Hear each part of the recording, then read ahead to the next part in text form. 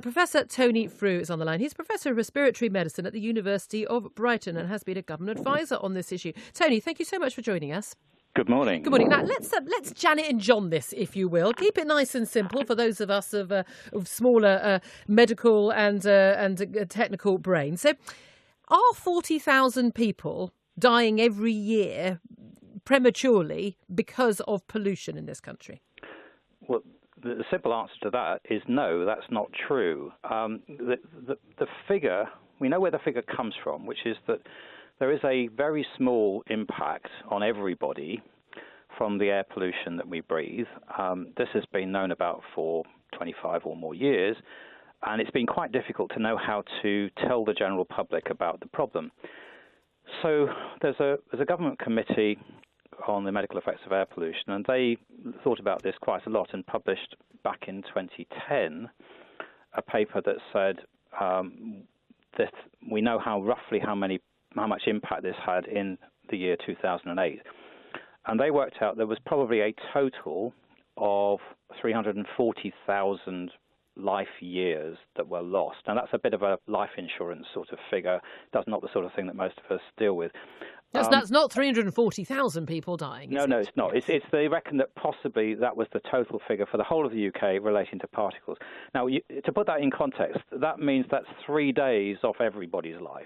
And it sounds like an awful lot of life years, but because the population is so large, what it meant is that the pollution that happened in 2008 may have meant that you die 3 days early eventually. That's everybody, assuming that the risk applies to everybody. Mm. And this didn't really sound very exciting. So they sat down and they said, well, if we totted up all those 3 days and put them together, how many lives would it represent? And they came up with this figure of 29,000 equivalent lives that were lost. So it's not real people that died with a death certificate that said air pollution. It's trying to put that 340,000 into numbers of people. If you added all those 3 days up into your average, 75, 78, 80 years of life, that's how many it would add up to. Right. In crude terms, that's how they did it. I mean, the maths of it are quite complicated. And the 29,000 figure is different from the 40,000 figure that's mostly bandied about now. Why is that? Well, the reason for that is that there's another pollutant called nitrogen oxides, which are produced by burning fossil fuels, in fact, burning anything. And we have been doing really well in reducing particles, but we're not doing quite so well in reducing nitrogen oxides. And people have wondered whether nitrogen oxides might also have an impact on death rates. Now, the problem is that the things that produce nitrogen oxides also produce particles. So in the maths, it's quite difficult to separate those two things out. And the group that came together with the Royal College of Physicians report last year, they took a guess that there was a 30% overlap between the two pollutants and said if you did that, it would come to about 40,000 people, in terms not 30,000 people, but 40,000 equivalent lives lost. And that's where the 40,000 figure comes from, and also where the 9,000 that Sadiq Khan's referring to in relation to London, that those are out of the adding the nitrogen oxides to the particles. But just to clarify and go back, so we on 40. I mean, I've heard different politicians use different figures, and often they're using it as shorthand form, but most they're using it incorrectly. 40,000 people do not die every year. 40,000 lives are not lost. It is 40,000 equivalent lives, and that is effectively, if you look it up, it's basically 3 days off everyone's lives. Yeah, that's for the 1 year, absolutely. So if you lived in London all your life, where there's slightly higher levels of pollution, and this was true, and you could get rid of all the pollution, which you can't, you might be talking about 6 to 9 months reduction in life expectancy from the current levels of pollution. Okay, and so when you say get rid of all pollution, you mean getting rid of the nasty diesel cars and the big lorries and the buses? Well, if you look at where the pollution comes from, the first thing to say is that the average level of particles in London is 14 micrograms per metre cubed. Let's not worry about the units, but 14 units. Of that, 7 is probably irrelevant because that's the background level across the world as a whole. And so that's if you're in the Amazon rainforest, it would be that. Yeah, you'd be getting that. And in terms of how much the traffic contributes, it contributes 2 of those 14. So if you got rid of all the traffic in London, that is, you banned all cars, all trains, all motorcycles, everything except for walking, you could possibly get rid of 2 micrograms per metre cubes, so roughly 1/7 of the pollution. So when people are talking about saying, well, we're just going to try and tinker with the price of driving a diesel car in London, the impact on people's health is going to be pretty small because you're not going to make a lot of difference to the particle levels. So, I mean, it's important that people understand. I mean, pollution isn't good for you. It's obviously bad for you, but it's not that bad for you. Well, hold on a minute. We've been talking about, in the mayor of London, Sadiq Khan, he's been talking about how the air in London is toxic. So presumably pollution across the UK, particularly in our major cities like London, it's going up, isn't it? No, funny that, eh? I mean, I went to school in central London, and I used to play football around the corner from the House of Parliament, and the levels of pollution then were at least 4 times greater than they are now. So what's been happening year on year, there's been a decline in the amount of pollution. So what's changed is that we've changed the targets. We've moved the goalposts in the sense of saying we now want the pollution levels to be even lower than they are now. And we signed up to a UN agreement that we would reduce our pollution to a certain fraction of what it was before. And that's when people talk about things being illegal and things not reaching targets, that they're aiming for a target in 2020, which we probably will meet in every city except London and Cardiff, Southampton and Derby. And those cities are being challenged to say how can they reduce their emissions further to get down to the targets that have been set. But I mean, it's not as toxic now as it used to be. It's illegal because we made it illegal.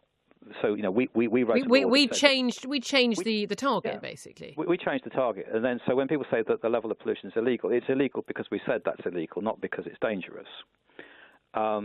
But wait a minute, we hear about children being admitted to hospital with more asthma. And I live in I live in fairly central London, but a nice leafy street. I'm not living on a main road in central London. Lots of children go to school in places, old people's homes. Surely that it has an effect on real people in their real daily lives. No, absolutely. I mean, pollution isn't good for you. The sort of pollution we're talking about does affect people who have asthma, and it affects people who have chronic bronchitis and COPD, the sort of chronic chest conditions people get when they smoke. So if you've got those, then it is true that the levels of pollution you get in London are a problem when they peak. And during the winter, you only get temperature inversions and usually clear, cold days. The air doesn't move very much and the pollution builds up in the Thames Valley. So that's the sort of conditions when people with asthma and COPD will be affected. But they're not dying from it. Their chests will get worse and they may get admitted to hospital if they're really bad, slightly more frequently than they would otherwise. So I mean, it is important that we do something about pollution, but we have to keep it in proportion. And concentrating on deaths and quoting that figure of 9,000 for London or 40,000 for the UK, which is wrong, it doesn't help because it actually undermines public trust in the scientists and in the politicians. I mean, there has been a real what people feel as motorists, a real attack on motorists, and absolutely we need cleaner cars. I'm all for that, all for cutting pollution. But as you said, we're told this is the big panacea. If you said that earlier, if we got rid of all traffic, so trains as well as cars and lorries, buses, everything, and it would reduce our pollution by 1/7, that would have, you said, a very small impact on people's health. How much longer, on average, would we each individually live if we didn't have any transport at all on our roads other than walking and bicycles? Depending on where you live, between 20 and 40 days. Yeah. So what that means for most of us, who if you don't have chronic respiratory conditions, your average man's going to live to his early 80s, average woman to her mid 80s, and you're going to die about a month later than you would otherwise do. And you won't notice it because you won't. No, you're not going to say, well, I didn't die today because I'm not driving a car. It's like and so in politics, you need to have some benefit. If you're going to put things on people and ask them to pay more taxes or pay more to buy a certain sort of car or to drive a certain sort of car in London, you've got to think through when are you going to see the benefits, and it will take a very long time for any benefit to be apparent, and the actual benefit really is quite small to most of us. It might help some people with asthma and COPD, and we should be kind to them, but But I think, the idea that it's going to miraculously change the life expectancy of the population is wrong. Can I ask you how we could cut those 40,000 equivalent lives completely? You sort of talked about not having any traffic. We've got all the cars off the road. If we were to say we do not want a single person's, even a minute of their lives to be cut, let alone a day, let alone months or years, to be cut off their lives as a result of any pollution in this country. We want to save those 40,000 equivalent lives. What would we have to do? You would have to have you'd have to have completely renewable power, so that all your heating and lighting came from things like wind power. You'd have to have no power stations, no building sites, no traffic. It's not going to happen. You could. It would just be such a different lifestyle that you probably wouldn't be able to live in the UK because it'd be too cold. So, I think we have to have a sort of common sense here, which is that we live longer lives now than we used to do. We live happier lives as a result of things that cause pollution. And we drive our cars because they're convenient. If you can get better public transport, I'd be happy to use it. But at the moment, there are lots of things I need my car for. And I'm sure everybody else would say the same. But not just cars, ambulances, lorries delivering fresh food. Yes, so there's a whole bunch of things which we take for granted, which we rely on motorised transport. And in the long term, of course, we're moving to electric buses. What we're doing is we're displacing the pollution. So we make the pollution in a power station, and then we use the energy another day, so that in the Cromwell Road you won't have so many people generating pollution. But the pollution will be generated somewhere else to provide the power to make the electrical car work. Yes. And make that and create the battery and ship it overseas. Correct. You said earlier this erodes public trust not just in politicians but in science. Would you like politicians, including the likes of Sadiq Khan, and it's not just on Labour's side, it's across the board, all political parties, would you like them to stop using these incorrect figures? And that when they say 40,000 lives are lost as a result of pollution, that they should be pulled up on the fact that is a statement that is provably false?